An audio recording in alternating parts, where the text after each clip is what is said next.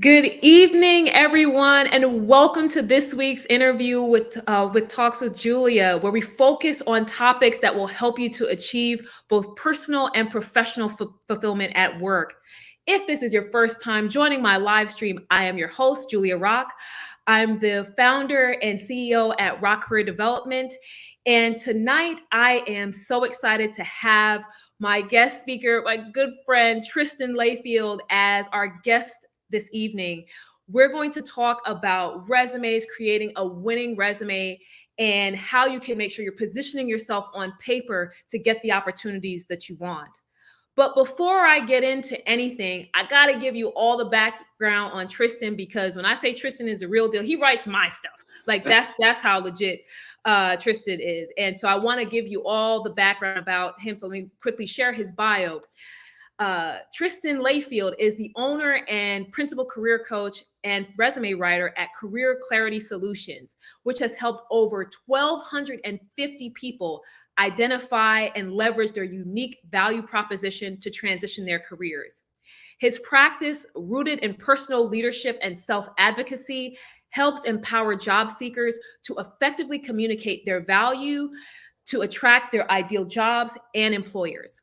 Tristan is also a workshop facilitator for Paradigm One LLC and a career coach and professor for the School of Disruptive Etiquette, which offers career development classes, coaching, conversations, and community to diverse rising leaders on how to disrupt the status quo and shatter glass ceilings to unapologetically advance their career. With his work being featured on major platforms such as LinkedIn, Business Insider, Black Enterprise, and The Muse, Tristan aims to help job seekers build professional brands that transform their mindsets, advance their careers, and expedite their job search. Welcome to the program, Tristan. So good to see you. Man, it's been a minute. Yeah, thank you so much for having me, Julia. I always love when we have the opportunity to get together and talk about some of this stuff. Absolutely. And it's Black History Month. I'm like, man, I'm getting all my Black people in here for this Yeah. month. Love to see it. Love to see it.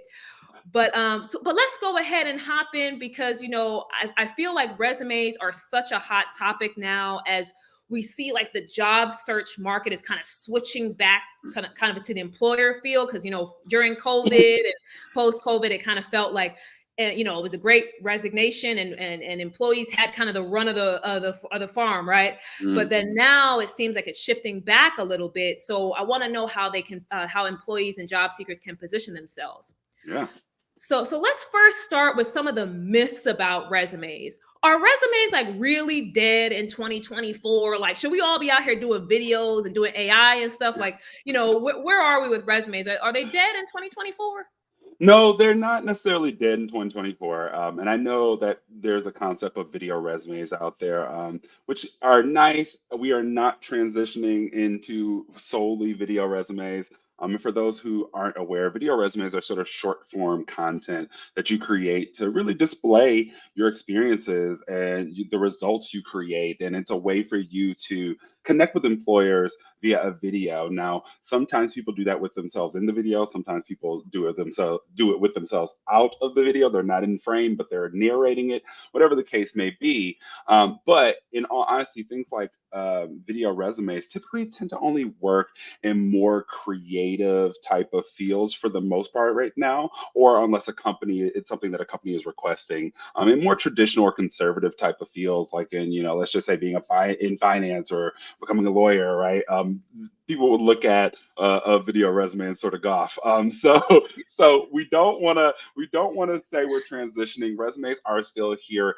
It's just incredibly important that we know how to write them and how to tailor them, since I have moved into such a globalized job search market, right? You're competing against a ton of people, and so we have to first know how to get past systems, applicant tracking systems, and then get past human eyes. And so, no, resumes aren't dead, but it's incredibly important that we start to really hone in on how to write them for the roles that we are applying to. And that segues into kind of my next question, where I wanted us to take a step back. Mhm. for us to really understand, like, what is the actual purpose of a resume, right? Because it's like, is it to get you the interview? Is it to get you the job? Like, for people who are really struggling to write the resume, it may be that people Mhm. are misaligning, like, what is the actual purpose of this document? Yeah, that's a really great question. I tell all of my clients, and I also teach a couple of classes, I tell everybody that your resume does not get you a job. That is not what a resume is designed for. A resume is designed to get you an interview, and an interview is where you sell yourself and land that role, seal the deal there, right? But when I think of a resume, really my base definition when I'm working with people is to understand resumes as a marketing document, right? It's something to sell your skills and abilities to an employer. And so when we are writing this, the purpose of your resume is to show an employer what they could potentially get from you as a potential employee, right? What results, what value, what impact could they get from you? And really help them visualize you doing that work at their company by making sure that we're providing those examples rather than just talking about the tasks that we've completed, right? It's just, I give this analogy all the time. If we are out there and we're a product and we're selling our product to consumers, let's just say we're an iPhone, right? Every year, Apple has their major little event. They tell us about the iPhones. They don't just come out and tell us, hey, it makes calls and it takes pictures. Buy it, right? They tell us all the details, the things, the value that they feel we're going to get as consumers to entice us to actually purchase that item, to buy in. And that's the same thing that you're doing with recruiters and hiring managers with a resume. You're trying to gain their buy in for you as a candidate. I love that. Sometimes with clients, I've used the pen analogy. You can say that Mhm. this pen writes well, or this pen does this and it cuts down your writing time by Mhm. 50% or something, right? Mhm. Like, so it's like, how are you selling yourself? So I Yep. love that.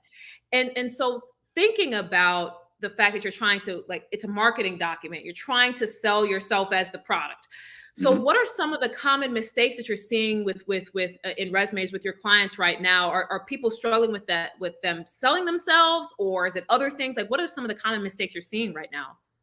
Yeah, so there's really three main things that I see often in documents. So number one is the selling yourself piece. Is most people have what we call task-based documents, right? So your resumes and your bullet points are telling us the task that you completed for an employer, but it's never connecting that task to results or value or impact, right? So it's not, while it's great for them to know you can do the task, showing them that you can do it successfully by adding percentages, dollar values, numbers that just showcase capacity in some way.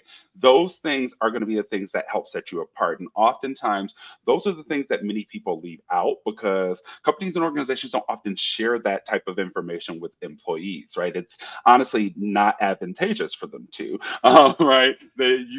Employees could then use it against them to ask for raises or use it against them to leave and all those things. And so I always tell my clients that you need to start a career journal. And that could be an actual journal. It could be a notes Ooh. app on your phone. It could be an email that you just reply to every single time. I don't care what it is, but it's where you track the results and impact that you have or the capacity that you take on. So if you're leading a team, you're not just saying you're leading a team, you're leading a team of 10, quality assurance engineers, right? Tell us the actual details. And so by keeping that career journal, you're not relying on your faulty memory to be able to come back and write this when you do update your resume. So number one, I think sort of selling based on the data or the impact or the results that you're able to have is a big issue.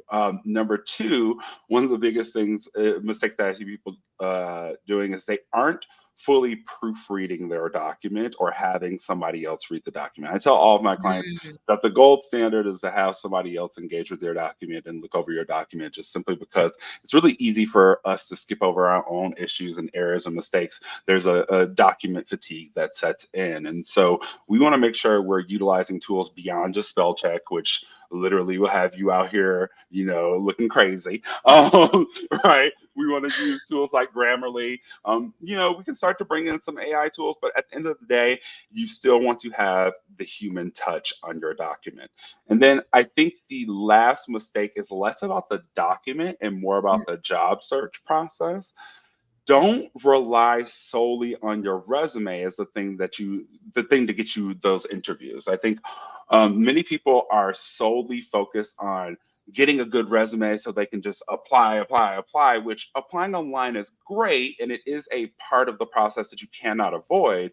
But statistically, if you apply to one job, you have a less than 0.2% chance of landing that role, right? So but we know that things like referrals make you 15 times more likely to land an interview than just applying online. So it's less about the document and more about an understanding that the document is a piece that helps you with the online applications, but we should still be utilizing our networks and passing along our documents that way as well to actually land those referrals and get into those companies and organizations that we're actually interested in. And that's a huge piece because I think folks, like you said, are focusing on getting it right to go through the online application. When it's like you may, depending on who you know, you could circumvent that entire online process Mhm, because they can skip you to the front of the line. So making sure you're working those networks. And mhm. I want to go back to something that you said about using Grammarly and making sure that you're having someone else look at your resume. I'll tell you, Tristan, I was at a job fair, and so my background is finance, and so the guy came to me for the finance role, and he had finance misspelled on the top of the resume. How you And I'm gonna just like, misspell your industry? I'm like, fam, like, and he's like, oh, I printed it late, and I'm just like, sir, there. I was like, do you see the line that's behind you? Yeah, This is not the time for excuses. You know what I mean? And so we did have a conversation, and he did have good experience, but I also tried to coach him in the moment, like. I said, not everybody's going to do what I'm doing, yeah, right? So you've got to get it right up front. You don't get a second chance to make a first impression. So I love the tip of use Grammarly, y'all. Use spell check. Use a yeah, friend. yeah. Let's make sure that we're not out here looking crazy. No. Um, and so to that end, as we talked a little bit about instead of having a task-based resume, thinking about something that's more maybe achievement based or contribution based. So I wanted to take a step back even from that and think about what are the most essential elements for a resume now in 2024. Overall, what should they be putting into their document? Yeah, so first you need to have a header. And now I want to be very, very clear here. I'm not talking about the header that you can do inside of Microsoft Word. You know, you click up there and it's gray and then it shows up on every single page from that point on. We don't want to necessarily use that header. Oftentimes, applicant tracking systems have issues reading headers and footers of documents. But when I say header, I'm talking about making sure you have your first and last name, middle initial optional, your contact information, name, email, and phone number, not either or, both of them. Making sure that you have your city, state, and zip code. You no longer need your full address. And another thing is if you have a LinkedIn, add your LinkedIn URL, the raw link, not a hyperlink, because there's a lot of cybersecurity issues. People don't like to click hyperlinks nowadays because we don't know where it's going to lead. But the reason I say add a LinkedIn URL is because a recent study showed that resumes with LinkedIn URLs have a 71% higher chance of landing an interview than those without one, right? So those are the key pieces of information in your header. There is I often add a summary inside of a resume, something short, 3 to 5 lines. We're not talking 3 to 5 sentences. That can be a really long paragraph. 3 to 5 lines on the document max. That really allows us to showcase your unique value proposition, the thing that sets you apart from everybody else, or draw the connection between your background and experience and skills that you had in the new space that you might be trying to go into. I Mm. like to bring in a skills and expertise section where we're focused on the top 9 to 12 hard skills, right? We're not talking about things like dependable or teamwork. We're talking about things that tell us about the type of work that you can do, right? So we're talking about things like project management, digital marketing, some of the tools you might use, right? Things that are hard, tangible skills rather than just the descriptors that sort of describe the character of a person. So We no fluff is what you're saying. We're not trying No to fluff fluff. that skill section. No, no. Look, we have 8 to 10 seconds to impress a recruiter and convince them to read our document. So we gotta cut the fluff and get right to the actual content. And then from that skill section, I bring in an experience section. And in that experience section, I always lead with your job title, then company, and have your start and end dates. I lead with job title because job title gives me a better understanding of what you do for that company and organization. Taking it back to the Apple example, if I said that I worked at Apple, you probably would think that I either am a software engineer or that I work at the Genius Bar in the mall, right? But if I say I'm the director of marketing for Apple, now you have a better understanding of the type of work that I do. So we lead Okay. with the job title and then the company, your start and end dates, and we should have a description for each one of those roles we're adding on, and then obviously your education and certifications inside of your field. Those are the basic things that you want to have on there. But there are other things that you can bring on depending on your situation. So sometimes we'll bring on things like a project section if you've worked on projects that are relevant to where you're trying to go, but maybe they're not tied to any of your work experiences. So we want to convey that you have those skill sets and that you've worked in those spaces. You might bring on things like volunteer experience. Now, be very cautious here. Companies 10 to 15 years ago used to love volunteer experience on resumes, but nowadays, as we've moved into a more global job market, companies and organizations don't really care about your volunteer experience. So I tend to bring that on in two instances. Number one, if the work is relevant to where we're trying to go, Mhm. right? So if you're trying to be a construction project manager and you volunteer for Habitat for Humanity every single year, that's a smart thing to bring onto your volunteer experience. Um, but if you volunteer at the soup kitchen every Thanksgiving, it's great. Keep doing that. We love you and thank you for it. But they're not gonna care too much unless you're going for a server position, right? Right. And then the other reason I would bring on volunteer experience is if that volunteer experience is tied to the philanthropic efforts of the company that you're applying to, Oh, good call. right? Okay. Because that helps tie you to the company a little bit more. And a lot of companies are about employee retention and engagement, and so sort of showing them that you're also tied to some of the same causes as them. It's not going to be the thing that gets you the job, but it can be a thing that helps set you apart a little bit more. So there's other areas, but the main key things, like I said, is your header with your name and contact info, a summary, a skill section, your experience section, and your education, certifications, and licenses inside of your field. Those are the main pieces you absolutely need to have. So I've got a follow up to that. What Mhm. about my hobbies? The fact I love swimming and gardening and all these kinds of things. Yeah. Should I be adding hobbies? Because I've seen Mhm. differing kind of thoughts on that. It's like, oh, it Yeah. shows that you're well rounded, but other people are saying it's fluff. So, Yeah. from an expert, should we add our hobbies? So here's the deal. You're going to get varying opinions about this depending on the professional that you speak to into the field. And I'll tell you what my personal philosophy is and what my rationale behind that is. While I get the idea of adding interests and hobbies because it shows people that you're more than a worker, it shows you're well rounded, and sometimes it provides an opportunity for people to connect with you. But here's the deal. I personally don't believe people are not judgmental. Unfortunately, it's just a fact of the matter. People are judgmental, right? So if I, as a near 40-year-old man, put on my resume that one of my interests or hobbies is playing video games, which I do love to do, right? But I'm applying to a project manager role at a healthcare company, and they're like, the person who gets it thinks that playing video games in my big age is the stupidest thing and most waste of time in the world. Now I've opened myself up to unnecessary scrutiny for something that isn't even relevant to the roles that I'm applying to, right? Mm, So personally, I don't believe that interests and hobbies should go on your resume. Now, if you're somebody who, you're going to be applying to be a software engineer and you participate in hackathons every single weekend, so you want to bring that on and that's your interest and hobbies, I'm not going to fight you, right? If it's in alignment and it works for you, great. But I would right. argue most people's interests and hobbies are not in alignment, and unfortunately, people are not as accepting as we would really like them to be. So my philosophy would be leave it off. I don't necessarily think it's fluff, but at the end of the day, the name of the game is relevance in 2024. So Okay. Okay.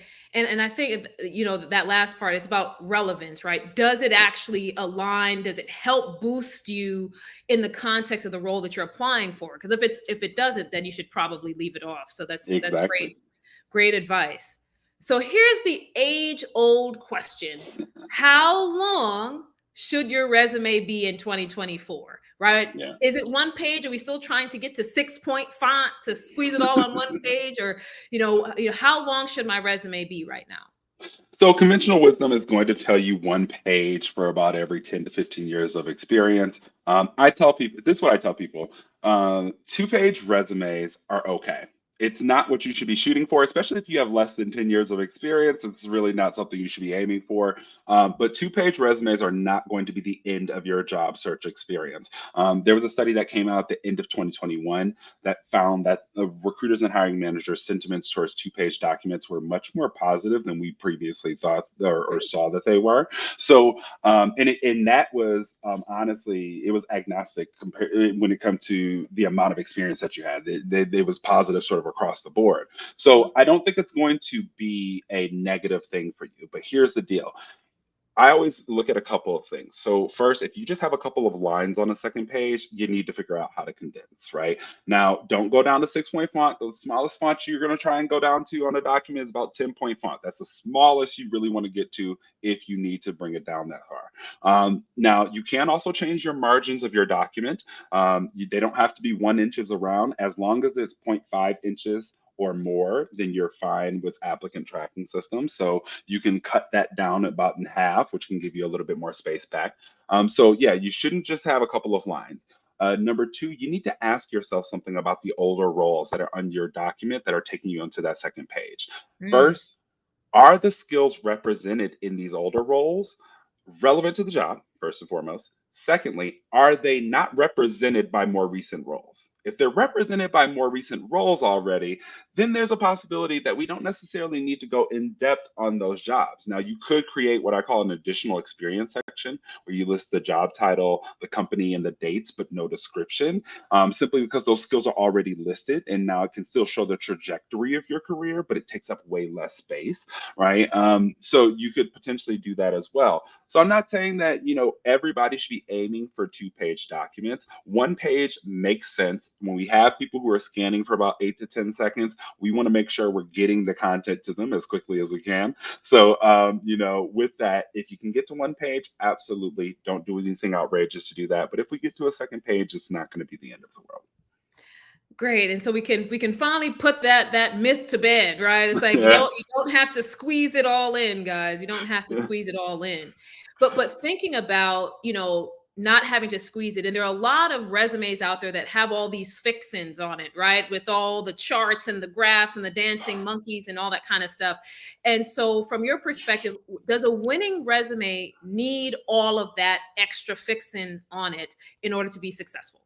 No, it does not. And honestly, the extra fixings can actually be the thing that's holding you back from being seen. So, things like images, graphics, pictures, charts, all those type of things can sometimes get caught up in applicant tracking systems. And there's multiple ways that that happens. Sometimes the systems just stop at those things and they don't read any further. Sometimes it just throws off everything and starts getting weird symbols, but it doesn't really matter what that reads. It just doesn't get you seen, right? So I often tell people that, in a standard document that you're going to utilize to apply online, you want something that's sort of fairly streamlined. You don't want anything that's sort of the 2-column formats or, too crazy formatting wise. You can bring in a small pop of color throughout a document you would use online. Nothing outrageous. We're not talking about fluorescent pinks. But that's pretty much it that you're going to want to do here, right? Now, if you like more stylized documents, you can then create a more stylized document. And once you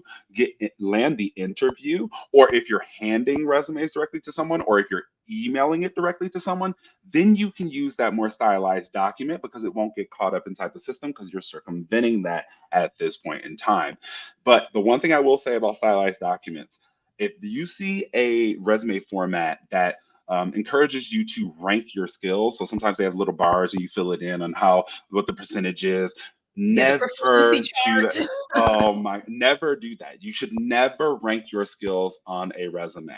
If you deem it to be a skill, put it onto your document. It is the company's job to then assess if your proficiency is up to par with what they are looking for, right? Because if you have one skill that's 95% and another one that's 73%, I as a recruiter am going to look at it like, why are you trying to sell me subpar skills, right? So we don't want to do that. Allow the company to sort of parse that out. But you don't need all the fixings, especially when you're applying online. But if you want to get a little bit more jazzy, absolutely do it for when you're handing it to people or directly emailing it over. Okay. Okay. And, back when I was writing resumes, I remember I had done one for somebody and I said, let's go with the simpler format. And they fought me tooth and Hmm. nail to do the stylized one. And I did Yeah. that. And then they came back and said, hey, I'm having a problem with the stylized one. Can we go back to the original one? And so Yep. that's like true, like lived experience at this point. So thank you for that.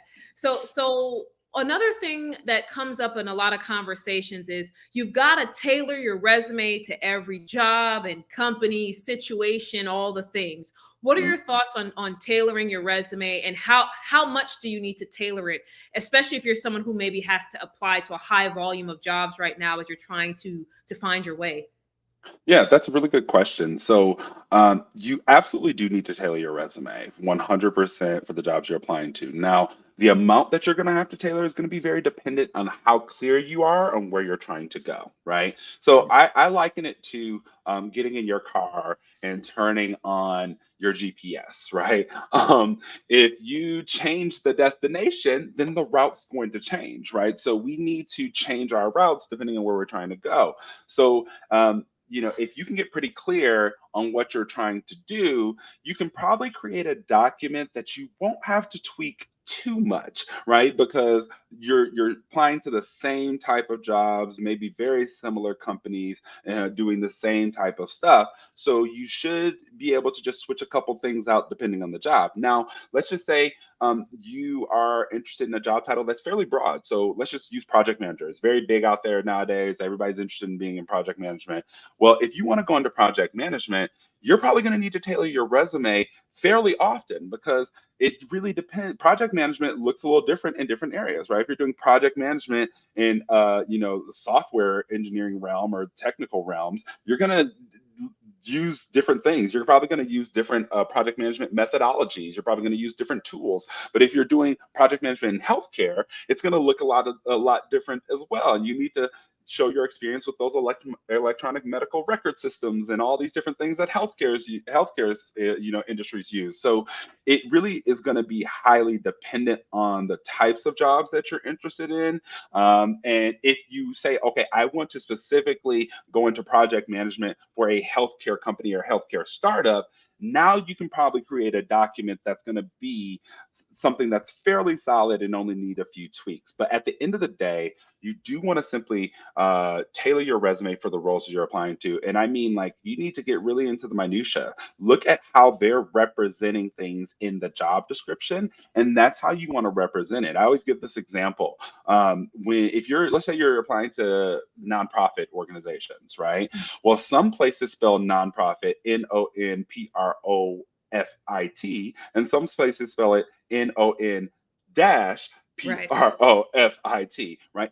The applicant tracking system views those as two separate things, right? So we need to be very aware of how they're representing things inside of their job descriptions and tailoring our things to that. Or you can be like me and use variations of keywords. So if I'm working with somebody in the nonprofit realm, we have both versions of those in their document to cover our bases, Oh, right? wow. Okay. So you have to sort of find strategies to think less, but actually be able to execute, right? You want to make sure you work smarter, not harder.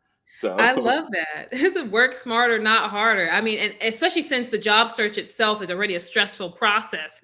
Mhm, The minimum work you can do to move things along is probably ideal.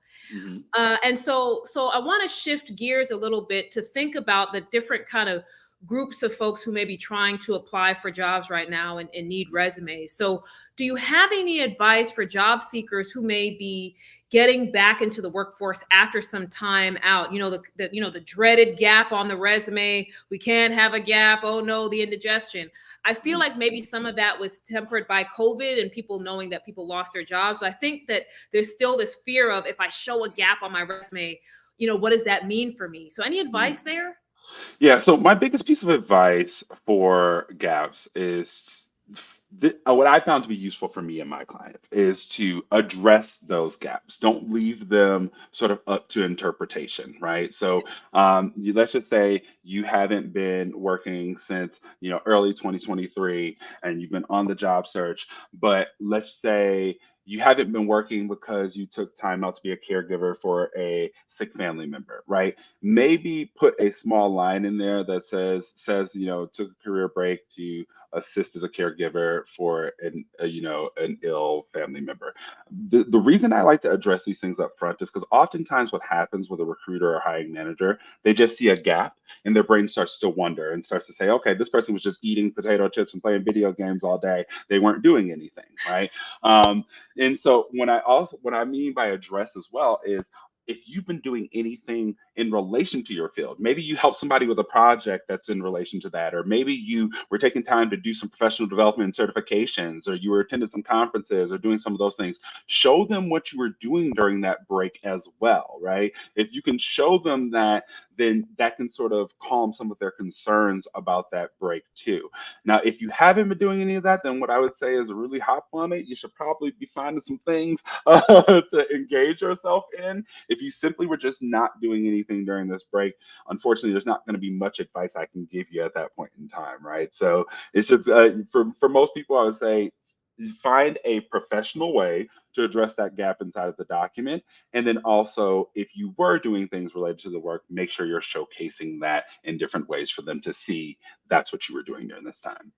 Okay. And here's just a quick follow-up that I just thought about though. Someone may feel like, well, if I put that I was caring for an ill relative, are they going to judge me because I wasn't working? And is that a way to knock myself out of the running if I bring up my ailing relative? There is a possibility of that, and I'm going to be very honest. What There's another way to knock yourself out the running is to potentially not address it at all, right? We don't know simply because the hiring process is a very subjective one, depending on the person that you're encountering. But what I can tell you is, if a company or organization is going to judge you for taking the time out to take care of a ill family member, is that the place you actually want to invest your time and energy in, right? So my Fair. concern would be less on them judging me, because it's going to help me weed out the companies and organizations that simply would not care about me as an employee and my well-being. Because obviously, if something's going on with a family member, I want a company that's going to be supportive of me being able to help take care of that person. So I sometimes do that sort of judgment process, like, hey, yeah, they may judge me because I said this, but if you judge me over that, I probably shouldn't be here anyway. So Good point. Yeah, 'cause I mean, you got to think about the job search as a two-way street, right? it So is. no, I love that concept. Mhm. And so shifting to think about folks who may be transitioning into new careers, because I work with leaders and then also with folks who are in career transitions, athletes and professionals.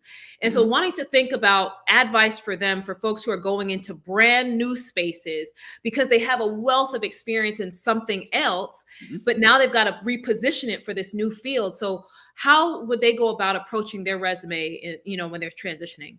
Yeah, so I think before you even write a resume, what you need to do is get a clear understanding of how your skills and abilities from your previous experience transitions into the new space that you're trying to go into. Because Mm, if you don't have a clear understanding of that, you're not going to be able to write a document that's going to display that. It's your job as a potential employee to make those connections for the recruiter or hiring manager. You never want to assume they can make those connections themselves. So you need to be able to write your resume in a way that draws the parallels from your previous experience to the more recent experience, or the new industry or space that you're trying to go into. So first and foremost, get that understanding. Secondly, make sure you're actually making those connections inside of the document for them. And third, the other thing I would say is make sure that you are practicing how to convey that when you're speaking. Because when we work in different spaces and areas for a long time, we start to speak a certain language, right? But when you say this person might say, okay, we were working with a lot of customers, but this new space might be the terminology that you might want to use as end users rather than customers, right? So you want to make sure you start to change your verbiage and the way that you speak about your experience to align with the new space that you're trying to go into as well. So once you get those interviews, you're speaking the same language as the people that you're talking with. Right. So I think those are the main things I think people all too often really they really lean in on recruiters and hiring managers making those connections themselves, and that is a losing strategy 100%. And then the other thing I'd say inside of here too is, what are you doing to help yourself transition into that space, right? All too Mm. often I think people rest on the laurels, like, well, this was pieces of my job here and pieces of my job there. Yes, that's great, but how are you showing to the recruiter or hiring manager that you're actively investing in yourself to get into that space, right? Are we doing any certifications? Are we participating in any programs? Are we volunteering to do some projects with this? Like, what are we doing to show we want to transition into that space? Show them you're hungry for that. I can guarantee that'll pay off for you. I love that. I love that. So not just resting on your laurels, just like you're actually having to do some additional work to show that, hey, I'm invested in this transition. I love that. Mhm. And so I want to actually shift back to something that you talked about earlier when it comes to like actually submitting your resume into the process. So let's say we've gone through the steps, we've developed a resume for our transition, or we filled in the gaps, or maybe we're a new job seeker. We've got our resume together.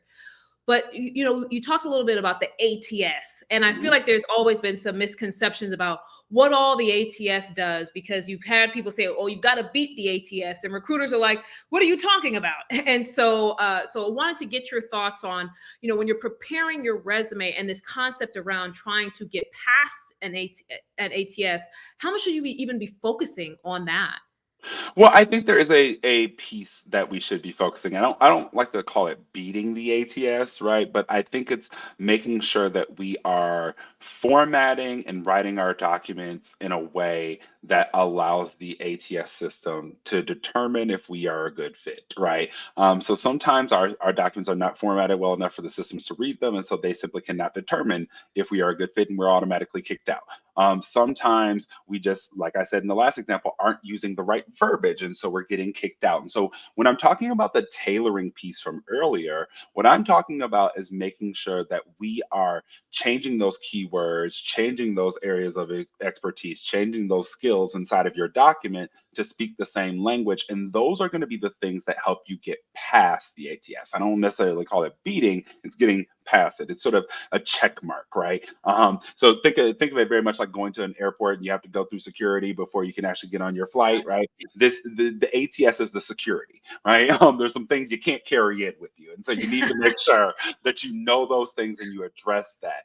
And so I think it's less about beating it in that way. Now, the other thing when we're talking about getting past it goes back to another earlier comment we made, and actually engaging your network or building a new network to get referrals and all those things. Typically, when people get referrals into companies and organizations, they're almost automatically going to work around that ATS system. Now, that doesn't mean you don't need to apply online. They're probably still going to have you apply because they need your Mhm. application in the system, but you're automatically oftentimes getting in front of a recruiter's face in some way, shape, or form with your document because of that referral process in a company. So I think of it less about beating it, because I don't think it's necessarily a competition, but it's how do I get past it? Just like you would at an airport, figuring out how you pack your suitcase and pack your things to get past security. It's the same situation. How do you pack your resume to get past that system?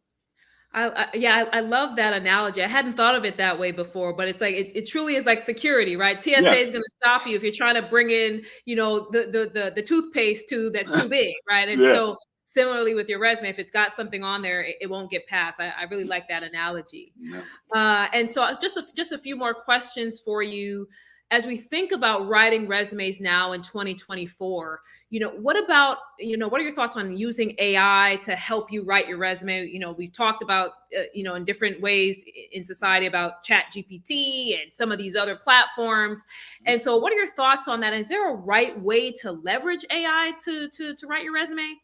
Yeah, so I'm a big advocate of bringing it into into your process. I utilize it in our process now when I work with clients, but bringing it into your process does not mean letting it do the entire job for you. Like, let's be very Okay. clear here.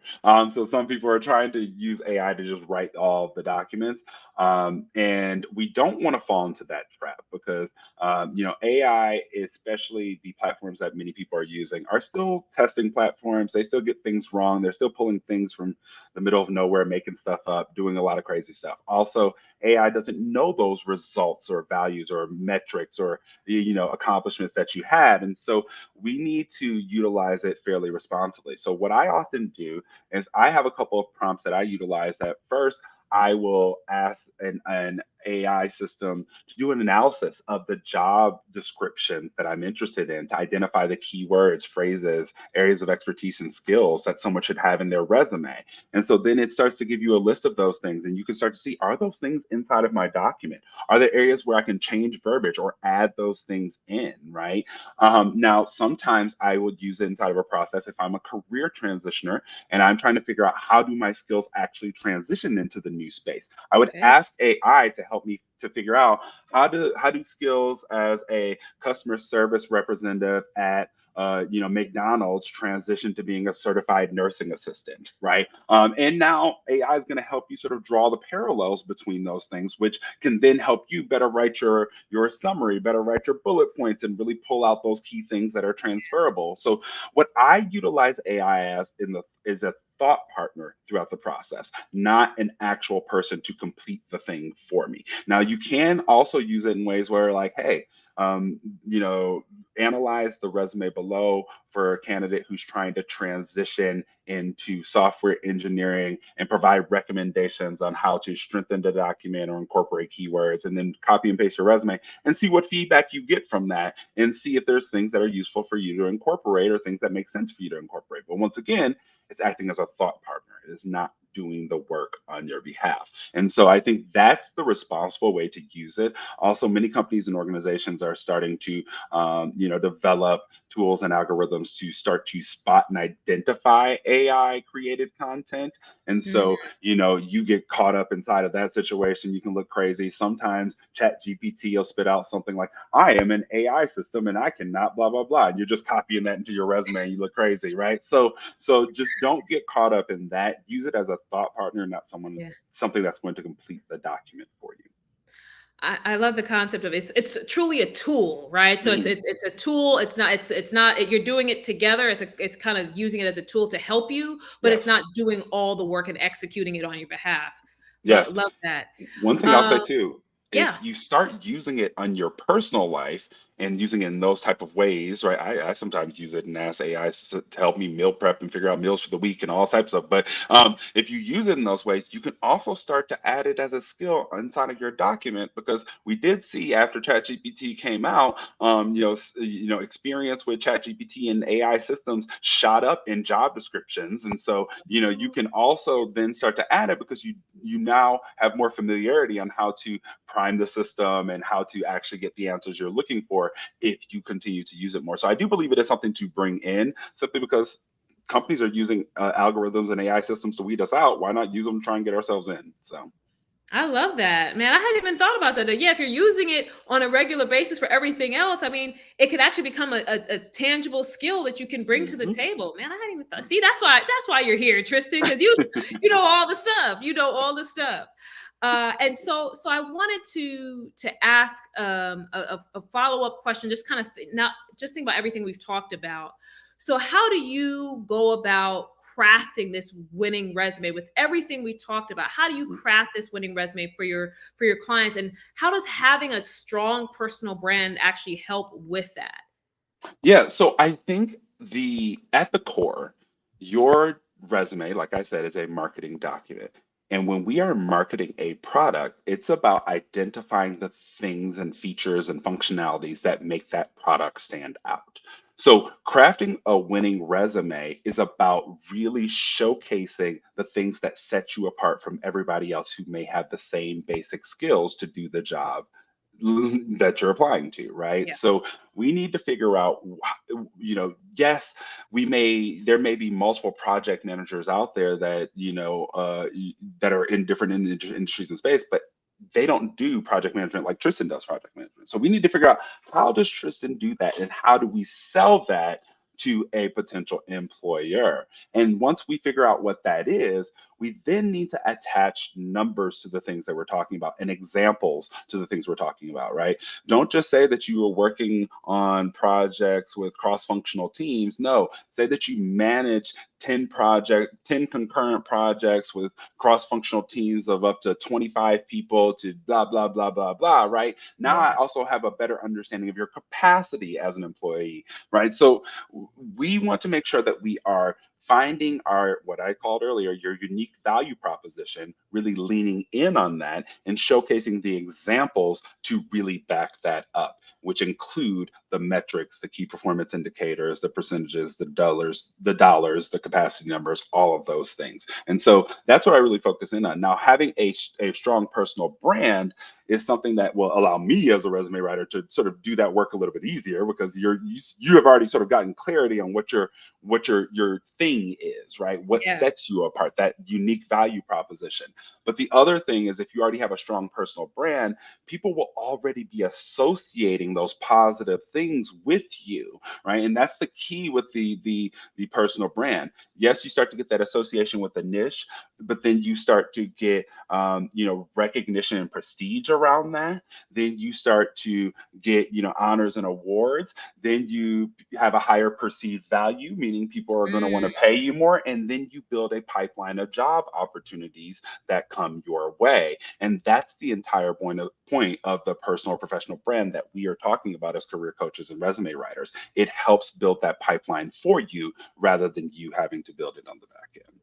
Okay, so the idea is that instead of you having to go out and chase all these opportunities, the opportunities are coming to you because you're already Absolutely. an established, knowledge base or thought leader or whatever the term is. But the fact is, people are seeing the value that you offer without you even having to go and chase.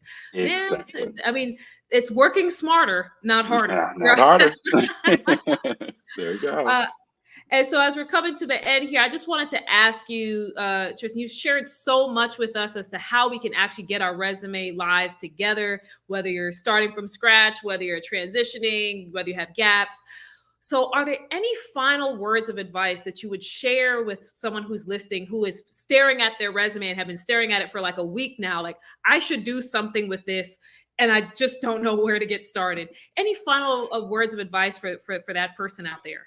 Yeah, like, go back and enact all the stuff we were just talking about. You got a lot of good gems, a lot of good tips here. The other thing is, don't believe that you're out here by yourself. There's tons of resources online, but there's people like myself out here who are willing to work with you. And I know sometimes people are like, well, I don't have the money, and this, that, and the other. Well, if you're just truly stuck, what I do, I offer this to anybody.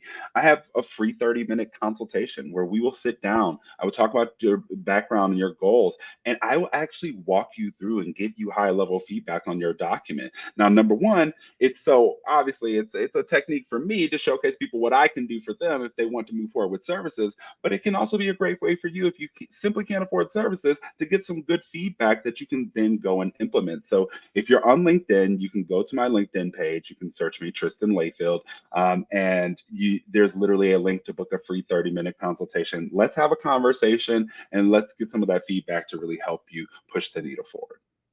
I love that because as you mentioned, money sometimes blocks us Mhm, from actually moving forward. Like, oh, I can't afford it. I can't pay for services. I can't get this certification. But like you mhm, said, there's so many resources if you're willing to look for it. And there are mhm. people who want to help you. I think we Yep, assume that no one is willing to do anything for us, but it's like there are people who want to help. And yeah. so thank you so much for that, Tristan. I mean, I'm over the moon for this discussion because I feel like it's really tangible advice that people can use right now. I knew Mhm. you were the right person for this conversation. So So thank you so much. So before we wrap up, Tristan, where can people find you? And whether we talked about LinkedIn, but is there anywhere else they can find you and connect with you if they want to work with you?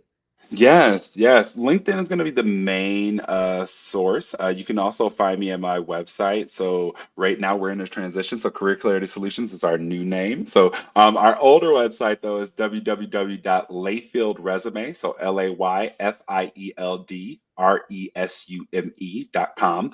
You can go there, see about my services. You can, book your free 30-minute consultation there.